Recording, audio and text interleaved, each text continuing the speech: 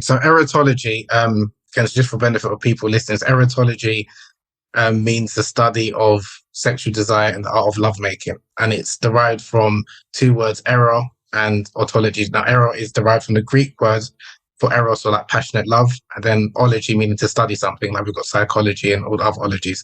So that's basically in English what the word means. Now, in Arabic, it's ulum al-ba, meaning the knowledge or the science of sex or the art of sex. That's basically what it is, but it's translated as erotology. Now, in the 9th century, when in Iraq, when a number of, because at that time, that was like the capital of the Muslim Empire.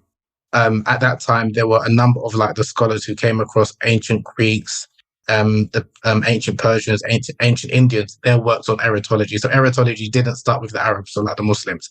And erotology, I forgot to mention, is like you could say it's the precursor of Western sexology. So sexology, which we know is the study of human sexuality, which started around the 19th century. But it's not like that was the first time people were studying sex. But you could say from a Western perspective or a scientific perspective, you could say it started in the 19th century with sexology. And the reason why I prefer to use the word erotology is because it's not only the study of human sexuality, but it's also the study of desire. And it's also coming from personal perspectives as well, whether they're derived by their own personal perspectives, their own philosophical beliefs, their own religious beliefs. And so whereas someone who generally studies sexology is not generally going to be giving their own opinions or giving their views based on their kind of religious beliefs and things like that.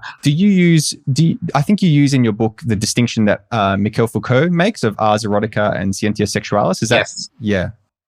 Correct. Yeah. So ars erotica as well. Great point. So that's also similar to erotology as well, just like another word, sometimes used interchangeably. And even Michael Foucault, he did mention in the history of sexuality that the difference between like erotology and sexology coming after. And when we even think about like the Kama Sutra, which is like the Bible of the Bible of the sex manual, that's a book of Hindu erotology. It's a book of erotology from a Hindu perspective. And many people, although like a lot of people, when they think about the Kama Sutra, they think about the sex positions, only like 25% of the book actually deals with sex positions.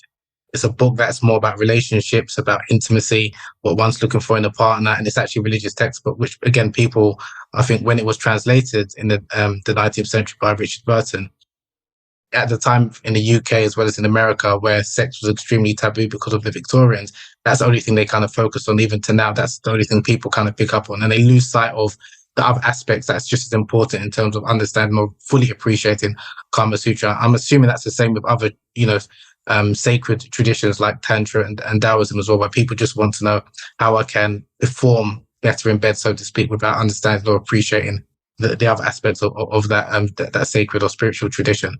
So yeah, but in terms of like the erotology, like I said, so when a number of the Arab Muslim scholars, when they came across these translations from the ancient Greeks, from the ancient Indians, like their books of erotology, they wanted to not only translate it, but like you could say, Islamicize it or speak about this topic from like an Islamic or Muslim perspective. And that's why they wrote their books from like the Perfume Garden, the Art of Sex, and some others. But again, speaking about erotology and the science of intimacy, but from like you could say an Islamic perspective. And what was like, if I don't want to go too deep into this because I recognize we could kind of get lost in the weeds a little bit, but what are some like simple examples of like an Islamic perspective on like erotology, for example?